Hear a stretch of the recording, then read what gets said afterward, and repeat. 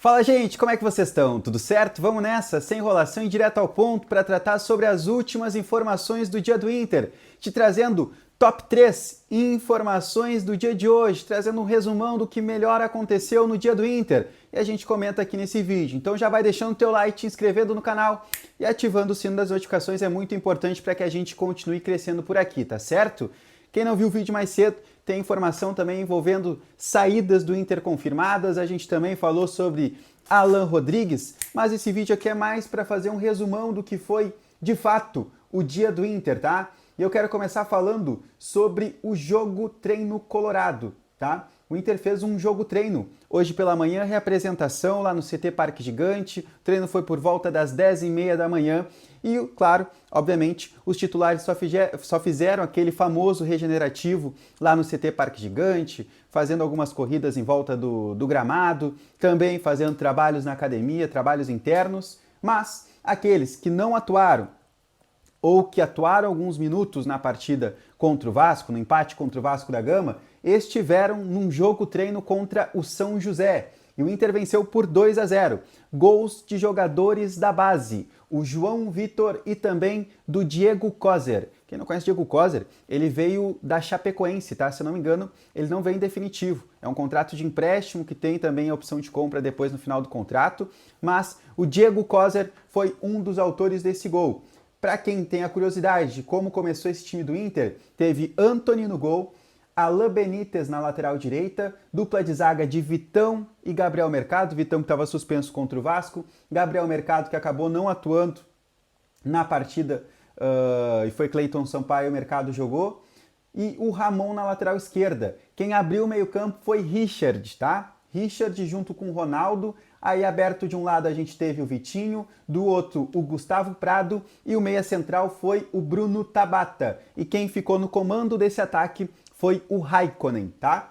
Então esse foi o time que foi a campo e que foi titular. Durante o jogo, treino, também entraram alguns jogadores. Os zagueiros Juninho e também o Pedro Cauã, na volância Luiz Otávio e Diego Rosa, mais à frente o Alex João Vitor e também então o Diego Coser. Mas esses foram os jogadores, obviamente, além daqueles que eu falei aqui, que não foram titulares ou que entraram ao decorrer do jogo, tiveram minutagem nesse jogo treino para o Roger V, e além também os jogadores da base ali, como a gente citou, o Pedro Cauã, o Alex, o João Vitor e também então o Coser, tá? Mas só para deixar registrado aqui. Só que eu também quero falar sobre o jogo de quarta, o jogo decisão do Inter contra a equipe do Fluminense, jogo importante, né? A gente sabe o quanto é importante esse jogo. E, cara, é importante ressaltar que também não tem ruas de fogo, tá, gente? Muita gente perguntando, o porquê, ou qual o motivo. Cara, o motivo é também o curto prazo que tem de uma partida para outra, né? Essa semana tem jogo contra o Fluminense, ali na frente a gente já tem o jogo contra o Flamengo aqui no Beira-Rio. Então, por conta disso, de toda a burocracia que é fechar a rua, a gente sabe que nos últimos tempos teve a mudança também na questão das ruas de fogo, estava indo pela Nestor Ludwig, agora está fazendo o trajeto pela Padre Cacique, então tem toda essa burocracia, e aí tem que conversar com Brigada Militar, precisa também da questão da IPTC, fechar a rua, cara, é bem complicado. Então isso é um dos motivos que fazem também que a gente não tenha ruas de fogo contra o Fluminense, além também de ser o primeiro jogo. Tradicionalmente, as ruas de fogo elas acontecem no jogo da volta, quando a decisão é no Beira-Rio. E aí a gente tem as ruas de fogo, tá? Então, como é a primeira partida e tudo isso que eu comentei com vocês, vai acabar não tendo. Mas vai ter festa dentro do estádio, né? Vai ter a Popular, conseguiram se resolver, né? Todo mundo baixou a guarda para ter essa festa. E aí vai ter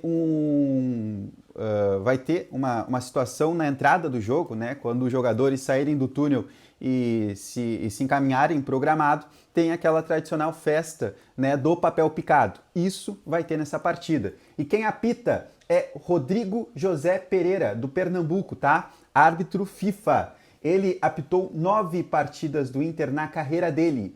E o Inter venceu 4, empatou 4 e perdeu apenas uma. E em 2025 ele apitou aquele Inter e Vitória, o retorno, né, do Campeonato Brasileiro, da retomada do Campeonato Brasileiro pós-Super Mundial, aquele gol do Bruno Tabata, quem apitou então foi o Rodrigo José Pereira, do Pernambuco, árbitro FIFA. Tá? E para finalizar esse vídeo aqui, eu quero trazer a nota do Vasco referente a Léo Jardim. Toda a polêmica envolvendo a arbitragem do jogo de Inter e Vasco do final de semana, né? A do Flávio Rodrigues, que deu toda aquela confusão, a expulsão do goleiro do Vasco, e o Vasco informou no final da tarde, início da noite de hoje, que o Léo Jardim ele foi submetido a exames de ressonância magnética, que identificaram alterações contusionais recentes na junção costocondral do último arco costal esquerdo, com hematomas musculares profundos associados, medindo aproximadamente 3,1 por 2,3 centímetros. O atleta encontra-se em tratamento intensivo com o Departamento de Saúde e Performance. Então, o Vasco alega que o Léo Jardim não estava fazendo cera, tá? Essa é a alegação do Vasco. Só que o contraponto do Flávio, que é o árbitro da partida, é que o Ricardo Cobalcini, que é auxiliar do Fernando Diniz, que já fez um trabalho aqui também no Inter, de categoria de base também, já chegou a ser auxiliar, ele acabou pedindo para o Léo Jardim segurar o jogo, para fazer a cera. Então, uma coisa aliada à outra fizeram com que o Flávio expulsasse o Léo Jardim, tá, gente? Não foi só a questão do momento ali do Léo Jardim alegar alguma coisa. Ele falou, cara, eu vi, o Cobalcini estava te pedindo para te segurar o jogo, para te fazer cera, e por conta disso, eu te fiz vários pedidos, teve a questão das substituições, tu não levantou, tu não seguiu o jogo, é o segundo amarelo, tu tá expulso. Cara, é o que o árbitro tá decidindo, tá? Então, é o lado do Flávio, árbitro da partida, que colocou na súmula isso, e também agora o Vasco traz o contraponto falando que fez exames com o Léo Jardim e que foi constatado, então, essa alteração, né, contusional, né, recente da junção com costocondral do último arco costal esquerdo, tá, do Léo Jardim. Então, muito pano para manga.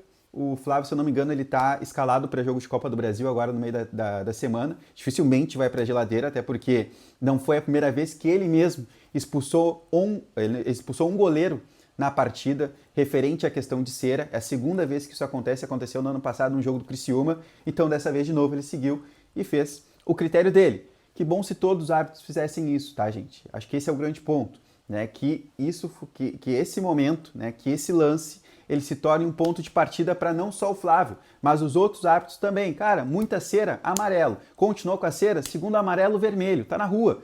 Porque assim, quem sabe a gente vai ter mais bola rolando. Tá faltando isso nas partidas, tá certo? Gente, um beijo para vocês. Deixem nos comentários o que acharam sobre a questão de jogo-treino. A gente falou aqui também do árbitro da partida. Vou deixar a foto dele aqui, porque às vezes a gente não conhece por nome, mas por foto a gente reconhece. E também fala sobre essa situação do goleiro Léo Jardim, tá certo? Beijo pra todo mundo, like, se inscreve no canal e comenta. Falou, até mais, tchau!